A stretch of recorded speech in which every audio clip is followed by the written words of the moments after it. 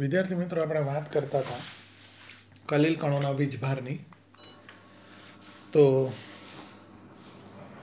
કલીલ કણોના વીજભાર નક્કી કરવા માટે કલીલ કણોને યોગ્ય વિદ્યુત વિભાજ્યમાં ઉમેરવામાં આવે. જો કલીલ કણો ધનભારિત હશે તો વિદ્યુત વિભાજ્યના ઋણભારિત આયનોનું પોતાની સપાટી પર અધિશોષણ કરશે આ રીતે. અને જો કલીલ કણો ઋણભારિત હશે તો વિદ્યુત વિભાજ્યમાંથી ધન આયનોનું પોતાની સપાટી પર અધિશોષણ કરશે. આ પ્રકારના અધિશોષણને આપણે પસંદગીયુક્ત અધિશોષણ કહીએ છીએ. દાખલા તરીકે AgNO3 અને વધારે પડતો Ki લઈ પ્રક્રિયા કરીએ તો Ag અને I બનશે AgI વધારે પડતો Ki હતો એટલે I- વધશે, K+ વધશે અને આમાંથી NO3 વધશે. તો આ રીતે જો AgNO3 ની વધારે પડતા Ki સાથે પ્રક્રિયા કરી તો AgI બન્યું. સાથે સાથે દ્રાવણમાં I- K+ અને NO3- આયનો રિલીઝ થયા. અહીંયા AgNO3 એ મર્યાદિત માત્રામાં હતો એટલે Ag+ મર્યાદિત માત્રામાં હોય એટલે બધો વપરાઈ જાય. હવે અહીં બનેલ AgI એ I- K+ અને NO3- પૈકી પોતાને અનુરૂપ એટલે કે I- ને પોતાની તરફ એટ્રેક્ટ કરશે અને સપાટી પર એનું અધિશોષણ કરશે. આ I- નું જે પ્રથમ લેયર છે એ બહુ પ્રબળતાથી AgI ઉપર અધિશોષિત થશે એટલે એ સ્ટેબલ લેયર હોય છે. આ પ્રકારના અધિશોષણના કારણે હવે આ કલીલ ઋણભારિત બનશે. હવે આ I- નું પ્રથમ સ્તર K+ અને NO3- પૈકી ધનભારિત K+ ને પોતાની તરફ એટ્રેક્ટ કરશે અને એ રીતે AgI ઉપર હવે એક દ્વિતીય સ્તર રચાશે K+ નું. પણ સ્વાભાવિક રીતે આ દ્વિતીય સ્તરનું આકર્ષણ પ્રથમ સ્તર જેટલું નહીં હોય એટલે K+ આયનો પ્રથમ સ્તરની આસપાસ તરતા રહેશે. આવા સ્તરને આપણે પ્રસ્તરિત સ્તર કહીએ છીએ. એવી જ રીતે હવે લઈએ છીએ વધુ માત્રામાં AgNO3 અને Ki. જો વધારે માત્રામાં AgNO3 અને Ki લઈને પ્રક્રિયા કરીએ તો સ્વાભાવિક રીતે AgI તો બનશે જ, પણ Ag+ ની માત્રા વધારે હોવાથી એ રિલીઝ થશે, K+ અને NO3- રિલીઝ થશે. અહીંયા AgI આ ત્રણ આયનો પૈકી પોતાને અનુરૂપ Ag+ ને પોતાની તરફ આકર્ષશે અને પ્રથમ સ્થાયી સ્તર બનાવશે. એના કારણે કલીલ ધનભારિત બનશે. યાદ રાખો, હંમેશા સોલ કે કલીલ પર અધિશોષિત થતું પ્રથમ સ્તર જ સોલનો વીજભાર નક્કી કરશે, કારણ કે એ જ સ્ટેબલ હોય છે. બીજું સ્તર તો ચલિત હોય છે અથવા પ્રસ્તરિત હોય છે. તો અહીંયા આ રીતે બનેલા Ag+ ના પ્રથમ સ્તરની આસપાસ હવે બચ્યા K+ અને NO3-. તો કોણ આકર્ષાશે? સ્વાભાવિક રીતે NO3- નેગેટિવ આયન એની તરફ આકર્ષાશે, પણ આ બીજું લેયર પ્રથમ લેયર જેટલું પ્રબળ નહીં હોય. તો એના કારણે એ પ્રસ્તરિત લેયર અથવા તો ચલિત સ્તર કહેવાશે. એટલે કે NO3- ના આયનો એ પ્રથમ સ્તરની આસપાસ ફરતા રહેશે. તો અહીંયા બે પ્રકારના રિએક્શન્સથી આપણે દર્શાવ્યું કે AgI ની આસપાસ જો પ્રથમ સ્તર ધનભારિત બને તો બીજું ઋણભારિત, અને પ્રથમ ઋણભારિત બને તો બીજું ધનભારિત.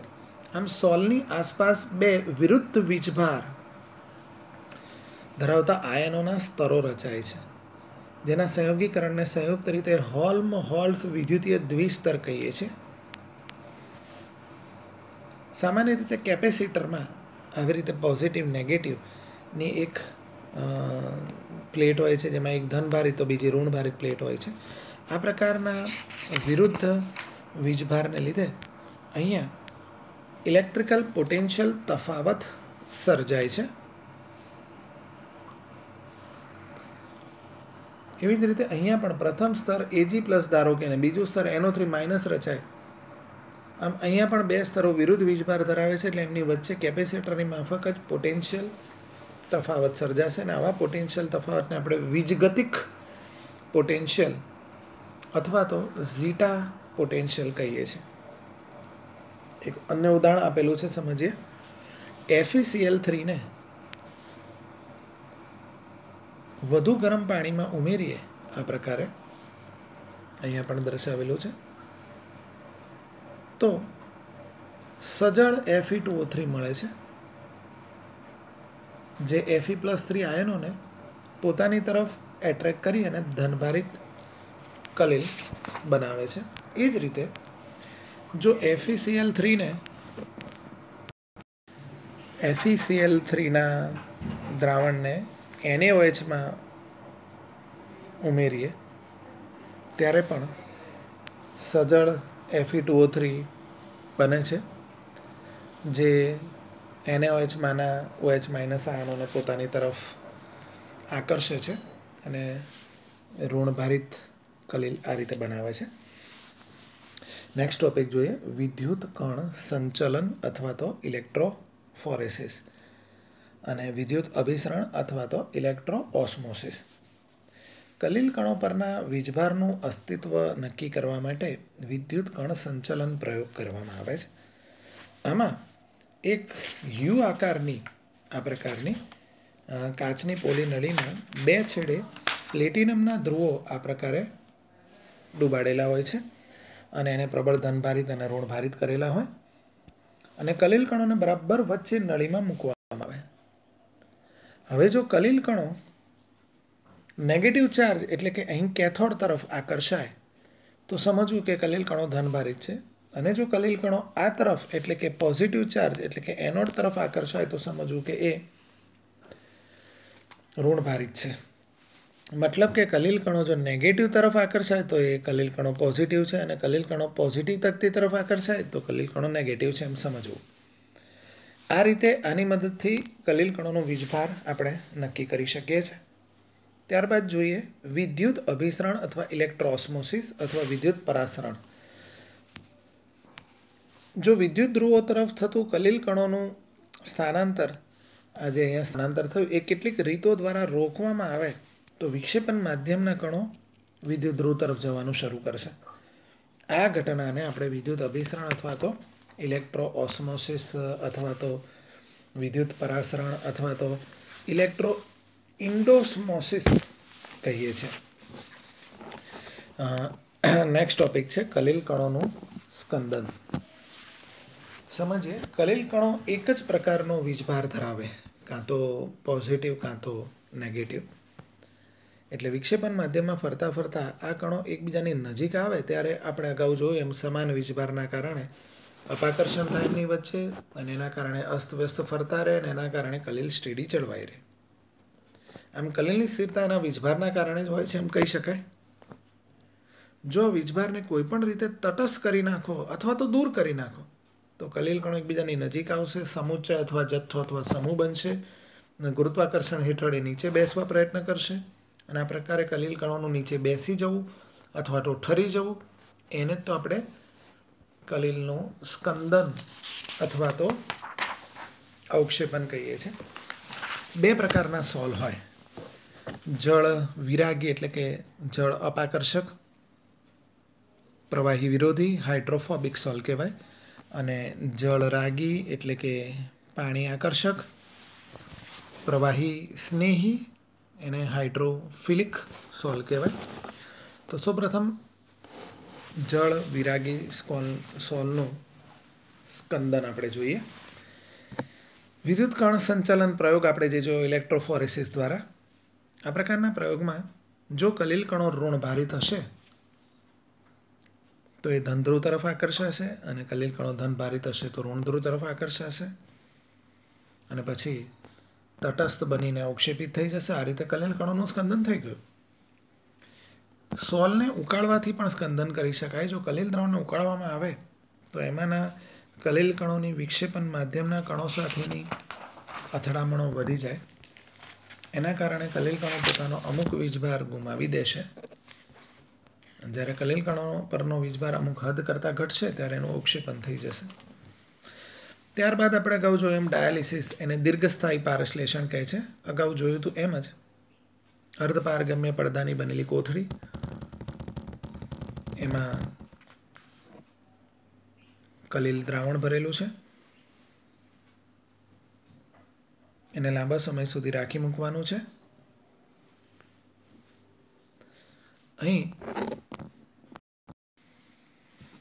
અહીં અર્ધપારગમ્ય પડદાની બનેલી જે કોથળી છે એમાં કલીલ દ્રાવણ ભરીને લાંબો સમય રાખી મૂકીએ તો ધનભારિત કલીલ કણોમાંથી વિદ્યુત વિભાજનના કણો ધીરે ધીરે અર્ધપારગમ્ય પડદાની કોથળીમાંથી બહાર આવશે.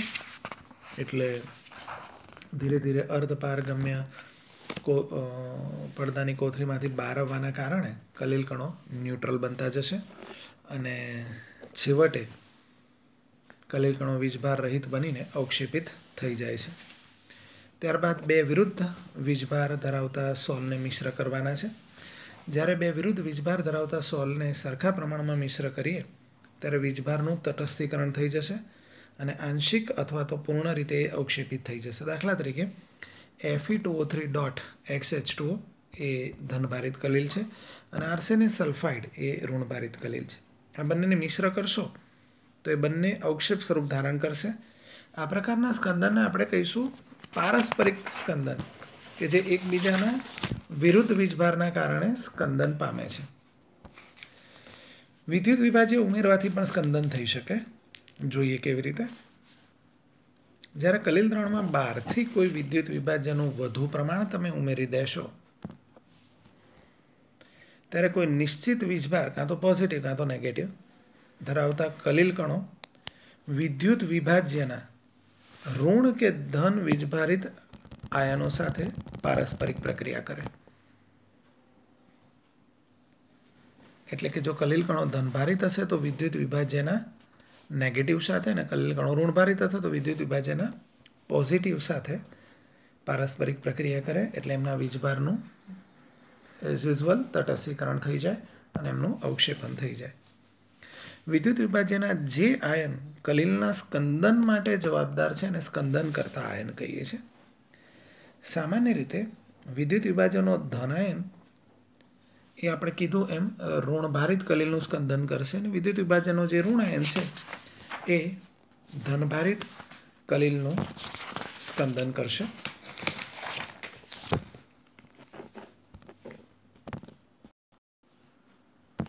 આટલું એકવાર વિદ્યાર્થી મિત્રો રિપીટ કરી લઈએ. કલીલનું સ્કંદન શું હતું આપણે જોયું.